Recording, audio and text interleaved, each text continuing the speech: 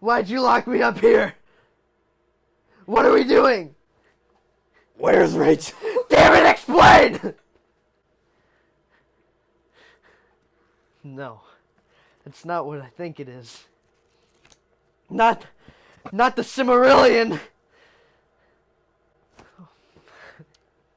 So,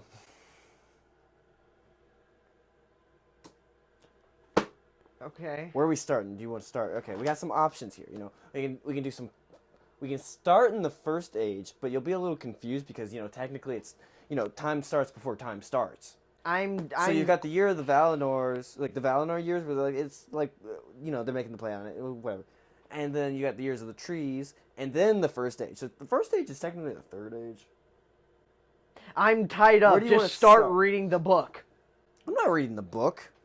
I got this in here. Okay, explain. All right, so it starts off big, darkness, nothing. Okay, Yeah. stuff's going on. Yeah. So all right, so think about so you know how Christianity. So we've got Eru, Iluvatar. So he goes by Eru in normally, but then in like the once he makes all his people, they start calling him Iluvatar, but it's Eru. He's the one. He's like the big guy. And then out of his thoughts, his big brain, Yeah. he makes the Ainur, which are the Valar and the Maiar. So I gotta explain the difference between them. So Valar, they're like think of the Valar like the Egyptian. No, not the Egyptian. Like the Greek gods. You got the god of thunder, the god of love, Zeus, that kind of stuff. They all kind of have specific things that they kind of do, but they're all brained from Eru, right? So they come out, they're doing their thing. Oh, and then there's the Maiar. They're like the helpers. Think like archangels. Yes. They're like the helpers of like the various guys. So, all right, Eru, he's like doing his thing, and he's like, "Hey, I want to make a universe," Yeah. And he's like, "But I need some help." So he makes the Arnor. The Arnor encapsulates both the Valar and the Maiar. That's just called the one thing, so I don't have to say both. But that's what So they're doing their thing, and they're like, "All right, so how do we make a planet, or how to make a universe?" Yeah. Music, of course. Okay. So they start singing, and they start singing songs about what they want in the They call it Arda eventually, Okay. but then there's Ea, which is the universe. Arda's the planet, but Ea is the universe. It's EA, but with little dots. Not the sports. Okay.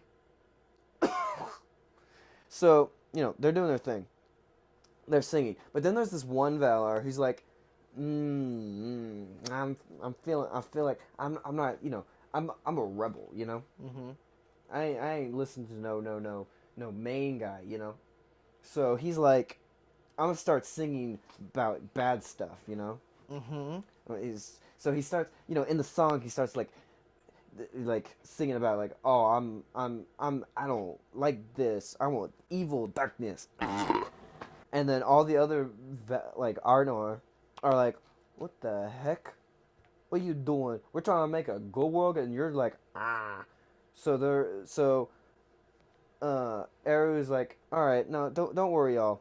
We got this covered. So he starts a new song, and which is even stronger than the previous strong song. Okay. And then, oh, the guy's name is Melkor, by the way. That's the guy who's making the bad stuff. I don't know if I said that. I don't think so. So Melkor's like, hey, new song, I'm gonna be even more angsty. So he makes an even more angsty song, as you do. And then Eru's like, what? Again? So he makes a third song, the most powerful song.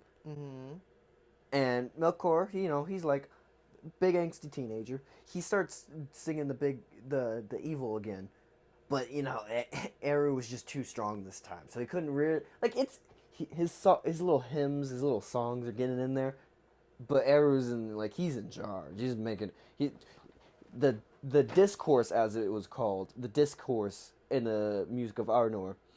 He couldn't. It wasn't as strong as it used to be, you know. So Eru's like, all right, cool. I was overpowered. Hey, Melkor, what you doing? Like, you're trying to make bad things happen in the planet Aya universe. Yeah. And he's like, why are you doing that? You know what? I'll give you a boat. I'll let you, you know, the little things that you sing, I'll put them in there, you know? Okay. I'll put them in there. Just to show you how stupid you are. That's basically what he does. And then Melkor's like, that's what I wanted. Because he's, you know, angsty teen. So then, boom! Aya is created. And in the center is Arda. Okay? So they got Arda. Oh, and the world's flat. Arda's flat at this time. At the time of, like, Lord of the Rings, it's round. Don't worry about it. That happens in the second... the start of the second age, it becomes... That's not here yet. Alright, so the universe was just made.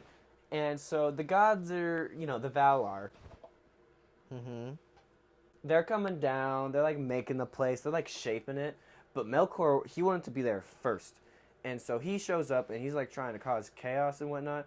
And so he, like, makes, like, evil creatures and such. And they're, like, running around, like, trying to kill things. And it ain't cool. So then, is this when Tolkas comes in? I think Tolkas comes in at this point. So they're like, what the... So, like, not all the Valar came. Only, like, certain Valar. Like, I don't know. Like, Manwë was there. He was doing his thing. So, like, not all of them. Some of them stayed wherever Eru is. I don't know. But then, you know, they came. So, cool. Right? Cool. So, they're there. And they're like, come on, Melkor. What are you doing? And Melkor's like, And so then they bring in Tolkas. I'm pretty sure this is where Tolkas does definitely. This is when Tolkas comes in. And so he's like, "Hey, Tolkas is like the god of like fighting, basically. That's not actually what he is, but he's like big brawn, you know, big strong muscle, big buff boy. So he comes in and he's like, "Hey, not cool." So. And he basically, like, scares Melkor off. So Melkor, he goes off and he's, like, out in the middle of nowhere in Aya. You know, the universe, not Arda, the planet. Even though it's flat, so it's not technically a planet. Okay. So they're out and about. And so everything good starts going on. They make two towers. Not those two towers. Different two towers. And those towers light up the universe. So that's where all the light comes from. Because there's not a sun at this point. Please help me. I'm so scared. The sun doesn't exist at this point. So you got the two towers. And then what's going on? Tolkas marries... What's her name? I forget her name. She's like the... She's basically the... She made the Ents. She made the what? You know the big talking trees? She made them. So she's Mother Earth. Essentially, she's like all the green stuff. Okay. I'm pretty sure that's who he marries. What's his name might have married her. I don't know. I don't remember. Even though they're all technically siblings, but whatever. So they're getting married, and then Melkor's like, "Ooh, they're all distracted, and I'm gonna sneak back into the world." So he sneaks back in, and he digs a hole, and he goes down in his hole, and he creates he creates a little fortress. And that's where he lives. So he down there, and he starts making evil stuff down in his fortress and setting it loose. And it's killing all the cool stuff that what's-her-name made. What's her name? Oh my god, I thought you said you knew this from memory! I do. No, that's Melina. That's not. No. Yavanna, that's her name. Is that your... Yeah. Yeah, so Yavanna's doing her own thing. That's the one. Unless it's her sister. Okay.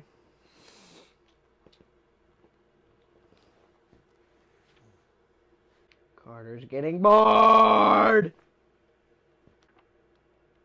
None of that's important. So, I'm pretty sure it's Yavanna who's like the big green girl. And so she starts being like, "Hey, everything's being killed by like some evil thing's being killed." And they're like, "Oh, Melkor's back." So then they go and raid Melkor's place, but then like, "Oh, we can't find him."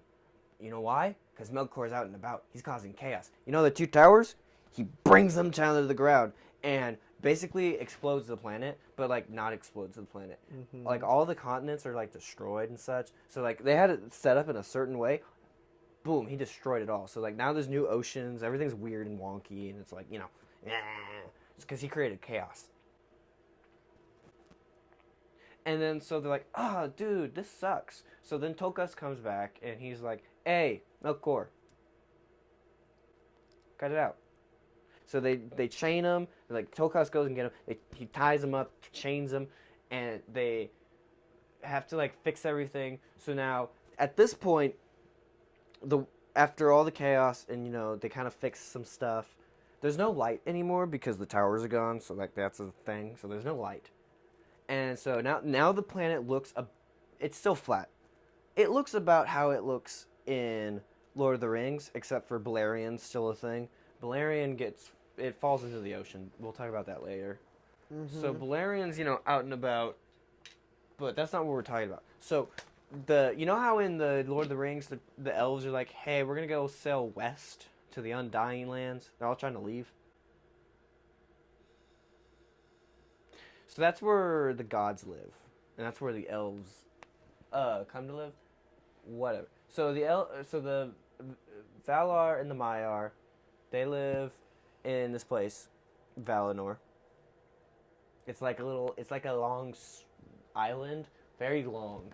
It goes boom, and so they live there, and so they bring Melkor to trial, and then Manwë, he's like in charge of all of them, even though he's technically equal to them, but he's the most powerful. So he's in charge. He's the guy who made the eagles.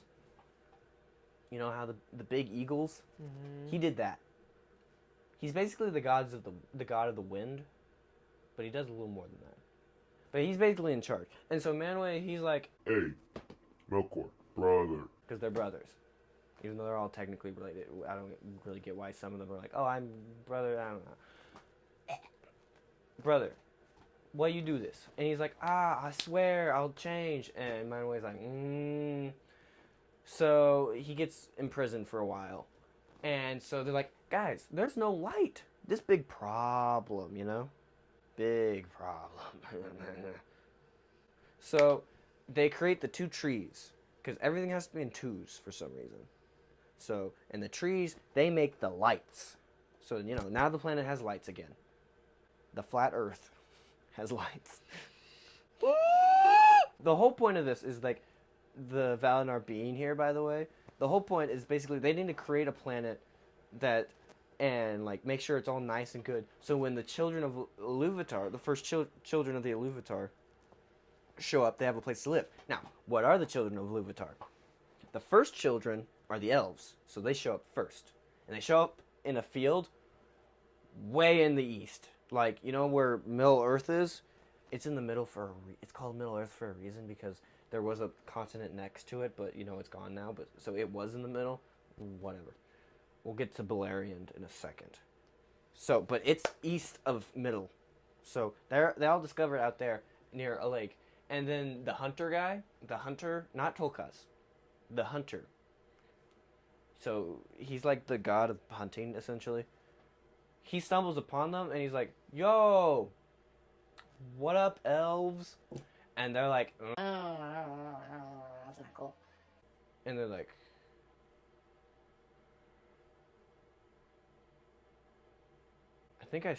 I think I'm in the wrong order currently.